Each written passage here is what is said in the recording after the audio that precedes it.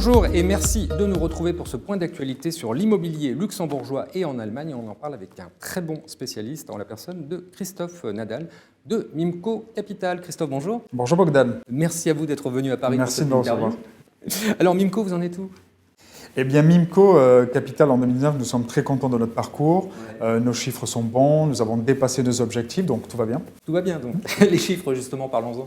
Eh bien, les chiffres au second semestre 2019, c'est plus de 30 millions d'euros de collecte, 80 millions d'euros d'investissement au Luxembourg et en Allemagne, plus de 200 millions d'euros d'actifs immobiliers sous gestion et d'opérations en cours de développement, et une équipe structurée de 20 personnes. Nous avons renforcé la partie asset management et property management chez nous. Justement, on l'a vu, il y a beaucoup de gens qui sont arrivés chez vous, donc vous Oui. grossissez, aïe, c'est Oui, parti. on structure bien nos équipes. Très bien.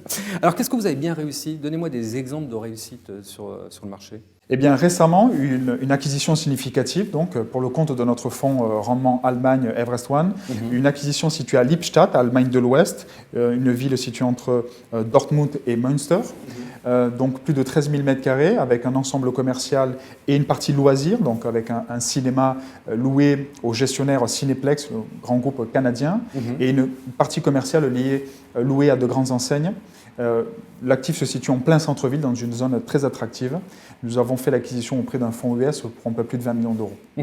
L'Allemagne, c'est pas trop cher, parce qu'on en parle beaucoup en France, mais est-ce que ça reste attractif? Certaines villes et certains axes sont très chers. Nous sommes positionnés, nous avons fait le choix de nous positionner sur un marché de région, avec encore du potentiel de valorisation.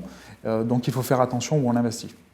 Dans des zones où les autres ne sont pas pour l'instant, c'est ça? Vous êtes en dessous des radars. Il y a encore de la pression. Et ça, c'est dû à l'expertise de vos équipes qui connaissent très bien ce marché. Exactement. Nous avons un bureau en Allemagne avec des équipes dédiées qui connaissent bien le marché allemand. Et au Luxembourg, alors? Qu'est-ce que vous savez faire? Et au Luxembourg, nous avons fait récemment l'acquisition d'un ancien site de bureau obsolescent dans la zone de Bourg-Mischt, l'ouest de Luxembourg, une zone tertiaire et commerciale importante, avec de grandes sociétés internationales comme Sodexo, Citibank, Orange, Lexus, JLL et autres. Nous sommes en train de développer un permis pour 15 000 m² de bureaux, labellisé BREEAM, et une grande partie de commerce nouvelle génération. Nous sommes en co-développement avec 2 opérateurs luxembourgeois de renom et un groupe d'investisseurs de premier plan. Alors, en France, justement, l'immobilier luxembourgeois et allemand, ça fait rêver, mais comment est-ce qu'on vous touche? Bien, nous avons actuellement 2 solutions d'investissement sous forme de SICAV, éligibles au contrat d'assurance vie luxembourgeois et réservées aux investisseurs professionnels. Une SICAV dédiée à l'immobilier de rendement en Allemagne et une SICAV dédiée au développement immobilier et à la restructuration d'immeubles au Luxembourg. Alors, on vous voit très peu encore sur le marché français. Pourquoi? C'est volontaire? Historiquement, nos fonds sont considérés comme du private equity real estate, dédié à une clientèle plutôt family office, gestion de fortune et société de gestion. Et nous sommes présents partout en Europe.